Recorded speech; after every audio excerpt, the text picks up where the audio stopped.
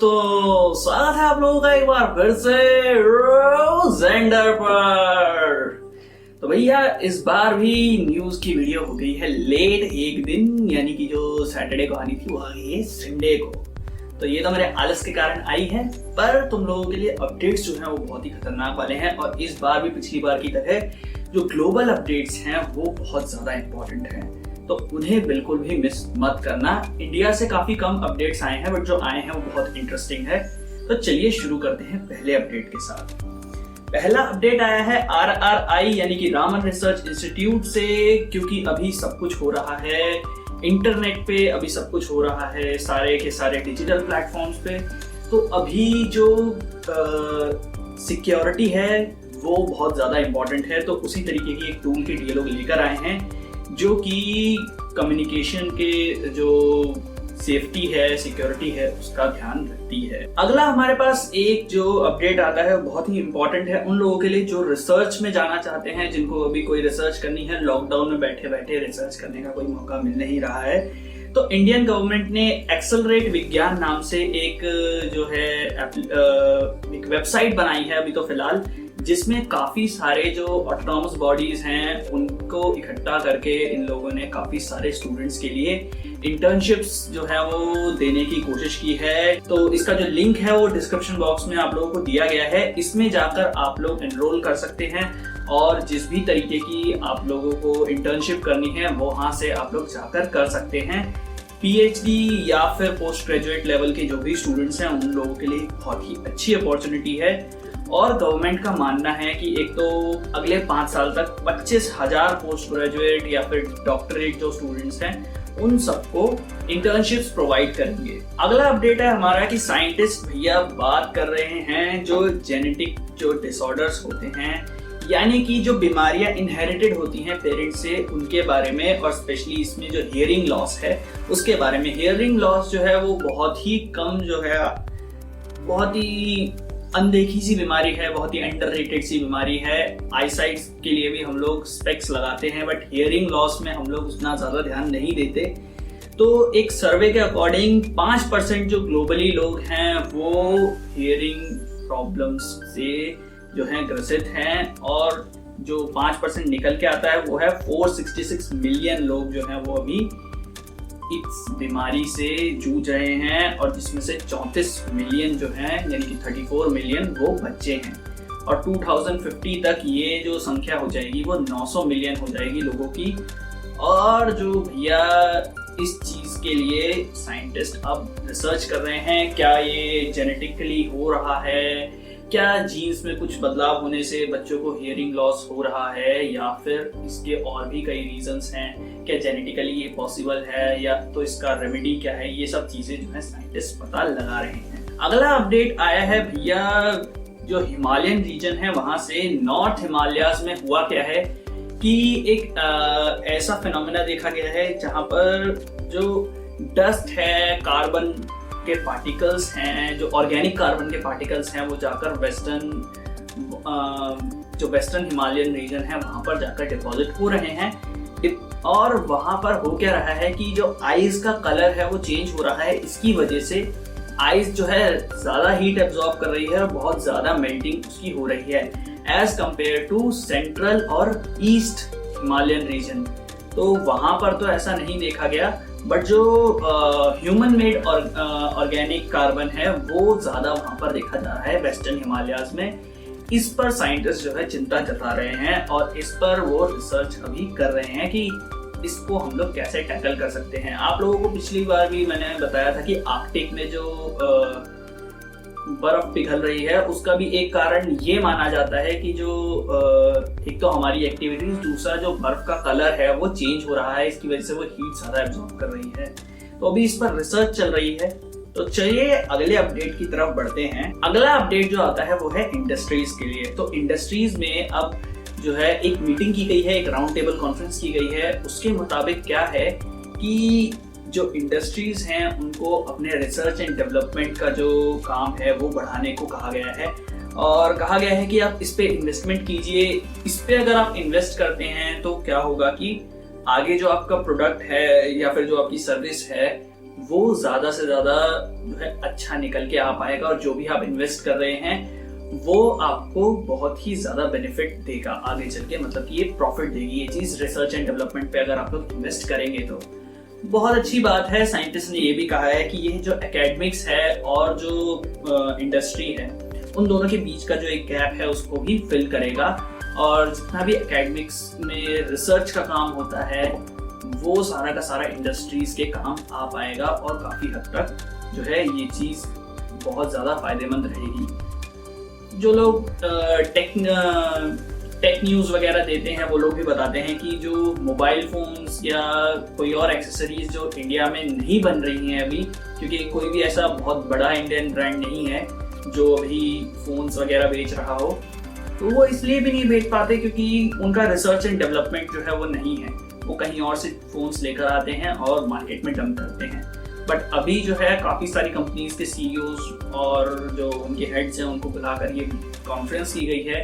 इसमें बताया गया है कि आप अपने रिसर्च एंड डेवलपमेंट को ज़्यादा से ज़्यादा इंपॉर्टेंस दीजिए, तब जाकर आप लोगों को बहुत ज़्यादा फायदा होगा और इंडिया की जीडीपी भी काफ़ी हद तक सुधरेगी। अगला एक अपडेट आ जाता है हमारे इसरो की तरफ से। तो भैया मंगलयान ने जो है कुछ फोबोस नाम का जो मार्स का मून है उसकी फोटोज भेजी हैं। ये बहुत ही मिस्टीरियस मून है और ये मार्स का सबसे बड़ा मून है। तो इसके बारे में कुछ फोटोज जो हैं वो फोबोस ने भेजी हैं और ये फोटोज जो हैं इसरो ने ट्वीट करके हम लोगों को दिखाई थी। तो बस फिलहाल के लिए ये थे इंडियन अपडेट्स। अब चलते हैं ग्लोबल अपडेट्स की तरफ। ग्लोबल अपडेट्स जो है वो बहुत ही ज्यादा इंटरेस्टिंग और बहुत ही ज्यादा इंपॉर्टेंट है।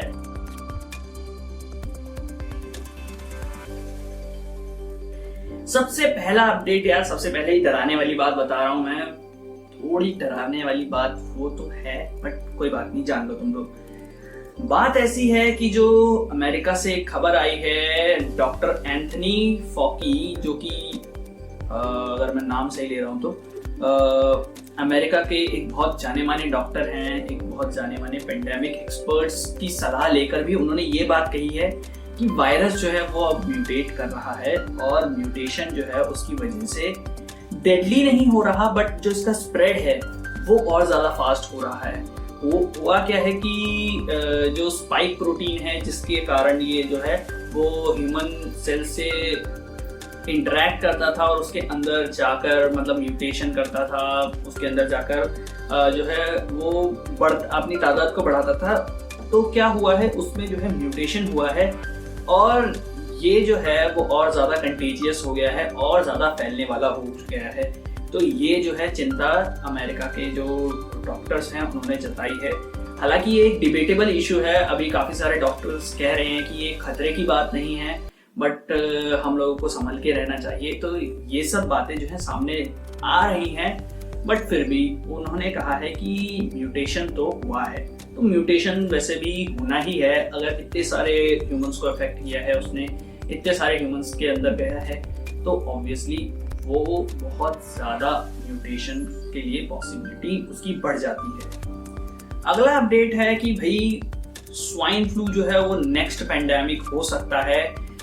काफ़ी सारे फ्लूज जो हैं जो बर्ड से होकर आते हैं और काफ़ी सारी जो ये जितनी भी फ्लू वाली डिजीजेस हैं ये पैंडेमिक हो सकती हैं। बट स्वाइन फ्लू इसलिए क्योंकि स्वाइन फ्लू जो है वो ह्यूमंस को बहुत ज़्यादा अफेक्ट करता है। काफ़ी सारी बर्ड्स वाली जो डिजीजेस हैं, जो बर्ड्स के जो वायरस हैं वो ह्यूमंस को उतना अफेक्ट नहीं कर पाते, क्योंकि एक खास तरीके का प्रोटीन चाहिए होता है वायरस को भी ह्यूमन के सेल्स में इंटर करने के लिए। तो वो कुछ वायरसेस में होता है जो म्यूटेशन के बाद उनमें आ जाता है। बट अगर ये म्यूटेशन हो गया तो जैसे कोरोना वायरस फैला है उसी तरीके से काफी सारे और वायरसेस जो हैं वो फैल सकते हैं। तो इसी के लिए रिसर्च भी चल रही है। मैंने आप लोगों को corona virus is not the last pandemic, यानी कि इस वाली वीडियो में जो आई बटन पर आ रही है इस वीडियो में आप लोगों को बताया भी था कोरोना वायरस लास्ट पेंडेमिक नहीं है, और इसके ऊपर और भी ज्यादा रिसर्च जो है वो चालू है। तो आप इस वीडियो पर जाकर देख सकते हैं। अभी मत जाना, ये वीडियो खत्म हो जाए उसके बाद आई बटन क्लिक कर लेना।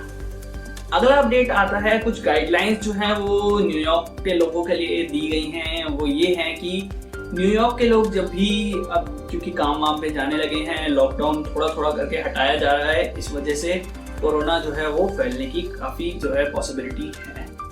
इसी वजह से लोगों को ये बोला गया है कि मास्क जो है वो लगा कर रखें, और जो लिफ्ट वगैरह के एरियाज हैं उनमें बहुत ज्यादा संभल के रहना पड़ेगा, क्योंकि वहां पर जो है आप बंद एक मेटल के बॉक्स में रहते हैं, और मेटल के बॉक्स में बंद रहने के कारण आप लोग बहुत ही ज्यादा उसको एक कोविड का हॉटस्पॉट मान सकते हैं कि वहां से बहुत ज्यादा केसेस जो है बढ़ सकते हैं। तो इसलिए कम से कम लोग लिफ्ट जो है वो उसका यूज करें एक बार में, और जितने भी लोग यूज करें वो चुपचाप यूज करें, कुछ भी बोलना नहीं है, क्योंकि सांस और हमारे जो बोलने के टाइम पे जितने भी पार्टिकल्स आते हैं उससे भी कोरोना वायरस फैल सकता है।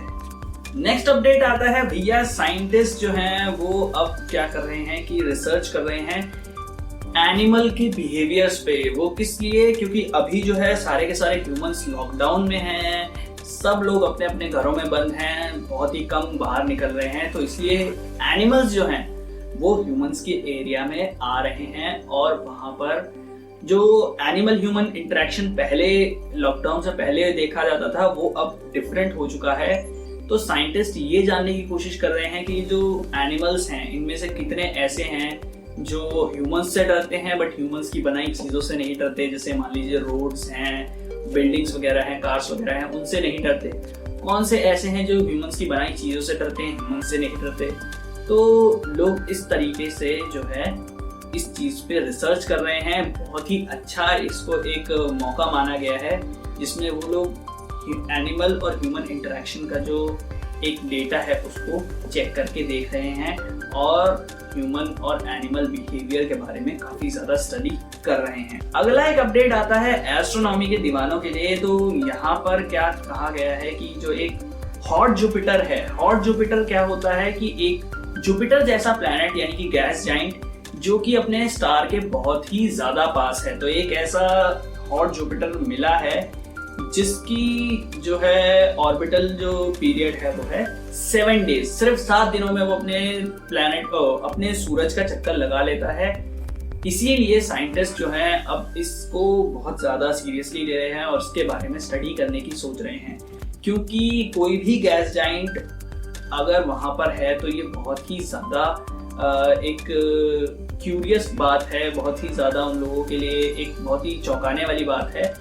तो इसकी 2 थ्योरीज हो सकती हैं कि वो वहां पर क्यों है। सबसे पहली बात, वो वहीं पर बना था, जो कि काफी हद तक पॉसिबल नहीं लगता, क्योंकि अगर कोई गैस जाइंट जब बनता है तो उसको फ्रोजन जो है एक तरीके से ठंडा माहौल चाहिए। तो अगर वो वहां पर उसका फॉर्मेशन अगर वहां पर होगा, स्टार के पास होगा, तो वो बहुत ही मतलब उसके बनने के चांसेस काफी कम है।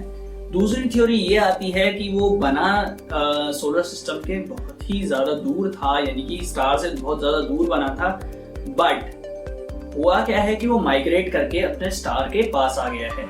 तो ये 2 थ्योरीज दी जा रही हैं। इसके कारण जो है वो हम लोग पता लगा सकते हैं कि हमारा सोलर सिस्टम किस तरह से बना था। तो बढ़ते हैं लास्ट अपडेट की तरफ। लास्ट अपडेट ये है कि जो साइंटिस्ट हैं वो अभी ऑब्जर्व कर रहे हैं कि अर्थक्वेक्स को अभी हम लोग तो नहीं जान सकते, बट जो एनिमल्स हैं वो अर्थक्वेक को काफी हद तक पहचान जाते हैं, अर्थक्वेक के बारे में बहुत पहले से जान जाते हैं। कई बार लोगों ने देखा है कि अर्थक्वेक आने से पहले जो है जो एनिमल्स हैं वो थोड़े से अनकंफर्टेबल हो जाते हैं, वो थोड़ी अनयूजुअल हरकतें करने लगते हैं। इस वजह से साइंटिस्ट ने जो है उन पर सेंसर्स वगैरह लगाकर ये एक स्टडी कंडक्ट करने का फैसला किया है कि देखना है कि ये एनिमल्स जो हैं किसी भी अर्थक्वेक को किस तरीके से या किसी और नेचुरल डिजास्टर को किस तरीके से पता लगा पाते हैं उनका पहले से ही। क्या इनके पास कोई सिक्स्थ सेंस है या फिर और कोई चीज है।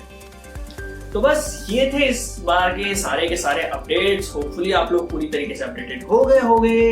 अगर आप लोग अपडेटेड हो गए तो लाइक कीजिए इस वीडियो को, शेयर कीजिए अपने दोस्तों के साथ। रोज हर हफ्ते आप लोगों को साइंस की न्यूज मिलती है, तो शेयर करना तो यार बनता है आप लोगों का। और इसमें से सबसे बढ़िया ये है कि आप लोगों को इंडियन साइंस मतलब कि इंडिया में जो भी साइंस में हो रहा है उसके बारे में भी काफी सारी न्यूज मिलती है।